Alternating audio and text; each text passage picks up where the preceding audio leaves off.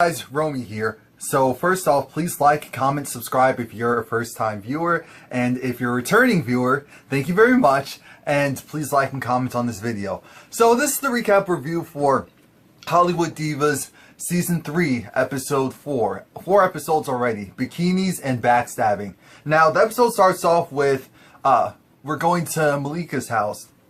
And who's going? Golden and Lisa Wu.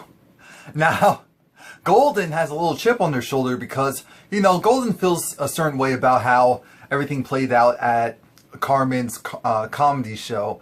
And Golden was just like, well, you know, Paula's friend Carmen, you know, she's really not that funny, but a couple of things did occur. Now, one of the things that did happen was, you know, I didn't appreciate the fact that she was going in on you, Malika, you know, saying how you both had DUI charges, and Malika just had this whole look of, she said that. Malika still had her cold, that's why she wasn't there, but she was just like, she said that about me? Wait, we both have DUI charges? No, but that's what it was. Malika didn't think too much of it because she's like, hello, that's the truth. That actually happened, so I don't see what the problem is. Not only that, she was just saying how she was the one that actually put out her own mugshot picture. So, of course she took it seriously, the fact that she even got a DUI. But she's not going to go and pretend like, oh my gosh, the fact that it occurred, it's the end of the world. I'm so embarrassed. No one talk about it. No one talk. No, she's just like, it's a comedy show. She brought it up. It happened. Get over it.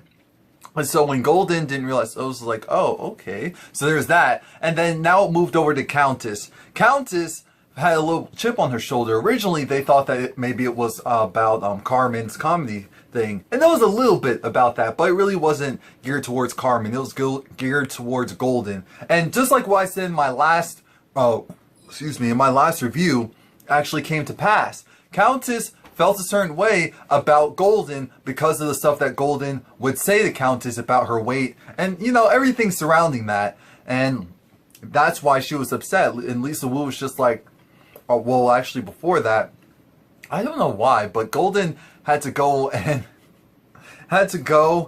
and put more fire, add more wood to the flame by saying, you know what, Countess, it's funny because I thought that she was upset at Carmen because, you know, Carmen has the shape that Countess wants. And I'm like, why are you so obsessed with Countess and her body? I understand you're probably obsessed with shapes and bodies and all of that, but why are you so obsessed with Countesses when she told you she doesn't like it when you say this or she doesn't like it when you do that?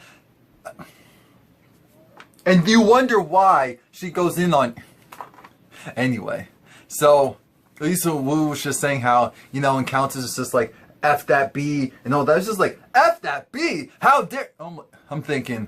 And then Malika comes into the scene saying how, you know what, Countess was the only one that I didn't like, well, who apparently didn't like me back, because the thing was that they said Paula was the issue, but it seems like Countess has beef with everyone. Now, since we're talking about Countess so much, we're going to her dance class. Countess invited Lisa Wu, and I was watching a dance class, I was like, what the... I couldn't have been the only one that was thrown off by what I was watching. I was like, oh, okay, so this is a dance class where, for women and for guys, and basically everyone who supports the LGBTQ community and everyone who's possibly a part of the LGBTQ community was in that type of dance class. Nothing wrong with it. Nothing wrong with it. I was just surprised. I was like, wait a minute. Like, wait, that's a man.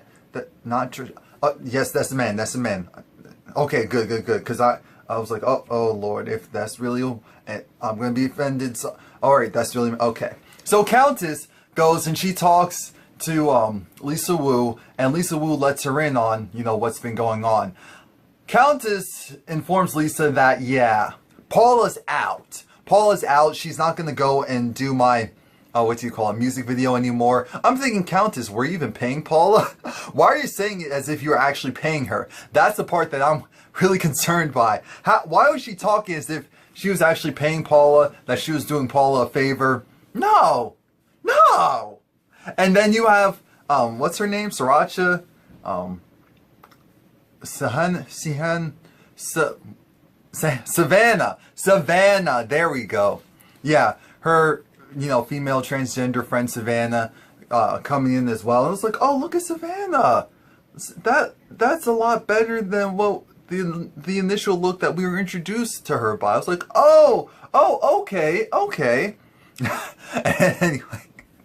Anyway, Lisa was just saying how, yeah, so you don't want Paul anymore. And there was this like, yeah, because Forrest said something so offensive, and Forrest said was like, yeah, dude, to Savannah. And of course that is offensive, we do understand that. But my whole issue is, Savannah, let's not pretend that you didn't go and say that you wanted to, you were like, can I have, or can we share Forrest's sausage? Something along those lines. That was disrespectful. I don't understand why you're trying to make it seem like that wasn't. That's the thing that I didn't appreciate. You're trying to make it seem like, oh, it was just Forrest that had the issue. No, you were trying to test them. And so then Forrest said what he said. He shouldn't have said it, but still he said what he said. And now it's all their fault. That's one of the few times that I'm actually not going to go in on Forrest and Paula, and because it's not necessary. So Paula's out, whether she knows it or not, and Lisa's in. And Lisa's just like, oh, okay, this is cool. But then Countess says, now it's your turn to, since you're the new director, as your first official, officially now you have to go and tell Paula that she's not directing anymore. I'm thinking, are you kidding me? Where do they do that at? In what world do you go and tell the person that you're replacing, oh, by the way, I'm replacing you. I just wanted you to know. Ugh. But that's in Countess reference. No, that's a Countess reference, but it's in reference to Countess. Ugh. Really? Anyway, Paula goes and she's talking to this rapper. What was his name? Not Dane Dash. What's the guy's name? I feel so bad. I can't. DD. That's what I'm calling him. DD. Now, oh, Dane the Dane. There we go. Yeah. And so he's a rap legend. And the thing is that Paula has been pursuing music on the back burner. Has put music on the back burner. She's been doing this for a while now. And so, Spike Lee inspired her to go and actually say, because he was like the first one that actually heard her rhyme and her flow. So it's like, you can really do something with that. So she's been playing around with it for a while. She has this song. The song is really raunchy. The issue is that it's probably a little too raunchy. It's probably a little too borderline vulgar. It's probably a little too on the lines of, okay, I understand female empowerment, and Paula's talking about the hypocrisy of how, as a woman, she's not allowed to talk about her hoo-ha, but as male, I would be able to do so, and it would be celebrated. We know that's true. We know that's true, so I can't fault Paula on that front. Now, Dana said, look, the song is fun, as good as a hobby, and your flow is good. The issue is that the song itself is mediocre. Mediocre at best if you're talking about really trying to put something out as an artist, something really with your name attached to it. Now, Golden goes and invites Kevin Hart's wife, ex-wife, what's her name? Cindy, maybe? And, she just talks about how things were so hard for her when her and Kevin got divorced because she saw him all over the place, and it was just like people didn't understand how hard it actually is to deal with it, because it's like it's being thrown constantly in your face, that it doesn't feel like you have anyone around you that you can trust that's really there for you, and all of that. And Golden, of course, as we know, she has this new TV opportunity, and she just feels like she's so thankful because it's the best opportunity that she's had in her career. And I'm trying to remember what the actual show was. Oh, I'm thinking that it might have actually been, because I think they said something about Nicki Minaj, because we know Nicki Minaj has a sitcom about her life coming out, and with, technically it's Freeform now, it's not ABC, well, kind of ABC, so because of that, probably Golden got booked. So We're not there yet. So Golden's doing a swimsuit line, and you know, clearly I'm not an expert on swimsuits. I'm looking at the things though, like these. I could go into TJ Maxx and see them. Maybe that's what she's actually going for. You know, the everyday type of look. But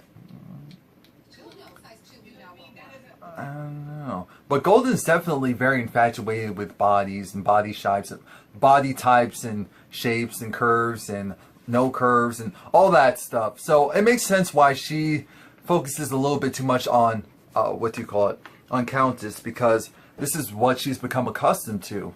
This is just what she's become accustomed to. Now, Lisa Wu, what she have going on? Hold up.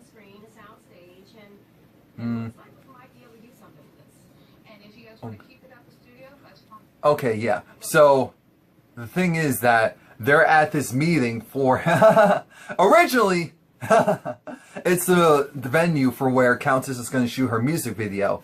Now, Lisa Wu has to go and inform Paula that Countess wasn't feeling the way that Forrest's response to Savannah, and as a result, she's kicked off as being the director. Again, all of this is just stupid. It's just stupid. It's just petty. It makes absolutely no sense. We're all looking at Countess like, are you serious? Like, we get it, but it wasn't that serious. It really wasn't. And Paula, she's, as we know, she booked Ray Donovan, and she's still on there. She's on at least a couple episodes. I don't watch the show, but, you know, this is all from Ashley Miller, because she watches Ray Donovan. I know that because I follow her, and on Sunday nights, she's really hyped. But, Golden is just talking to Paul and saying how just proud of her, because it's like, you deserve this opportunity, you deserve to be happy, you deserve all the blessings that are coming to you. And I'm thinking, that's all well and good, but are we gonna really ignore the elephant in the room? The fact that you know, there's this love-hate, mean girl, nice girl situation that Golden has with a lot of the other women. But aside from that, there's also the issue of Paula. Paula, she puts it on the front. She creates this whole character in her head, and she really thinks that this character is the best interpretation of herself. And because of that, she goes and she acts extra. She rubs the other women the wrong way. By doing so, they become standoffish, and then Paula wonders, why don't they like her? It's like almost like a Jackie Christie type of thing. They're all Leos, so it makes sense. Lord Jesus. I'm like, damn. Is that what a female Leo is supposed to look like? No, because Malaysia is a Leo too. And I'm a Leo too. And I definitely don't have those type of issues with people. I'm more to the polar opposite. It's just like, where is Raymond? Where is Romie? Where? I'm at home. That's why I have no issues. I'm at home. I go to work, I come home, I go to work, make money, I come home, make money. Now, Golden, you know, she's showing off her fashion line, not her fashion line, her swimsuit line to the ladies, and it's just like, oh, it's great, they like it, they like it, they love it, they love it. So it's like, oh, you have to try some on. So like, okay, we'll try some on. Now, here's the thing about Lisa. Lisa is kind of like the charade of the show, where she goes and runs back and tells people stuff. And Lisa finally realized, she's like, oh, am I messy? Yes, you are messy. It is necessary because we would get nowhere with these ladies, but still, that is part of the problem. You're constantly filling people in on every little thing. It's pretty much like she's the person on the show that the producers make sure that she's aware of everything that's going on, so that she can keep the plot line going. Kind of like a Carly Red. As a compliment, well, not this past season, but yeah. So she goes and tells them about how Countess feels again about Golden and what Countess did by kicking off Paula off of her, off of her music video as director, and how it's like Countess is the type where, of course, she has the issues with her father. Golden's trying to say that, oh, she's not. And so with what's her name? So they're talking about Countess, and Golden's trying to say how, oh, Countess loves to play the victim and likes to flip stuff. And yeah, Countess does it a little bit. But yeah, if her father's sick, her father's sick. And to their point, Countess does seem like someone where she'll internalize stuff and then just blow up on people And they're looking at her like, what?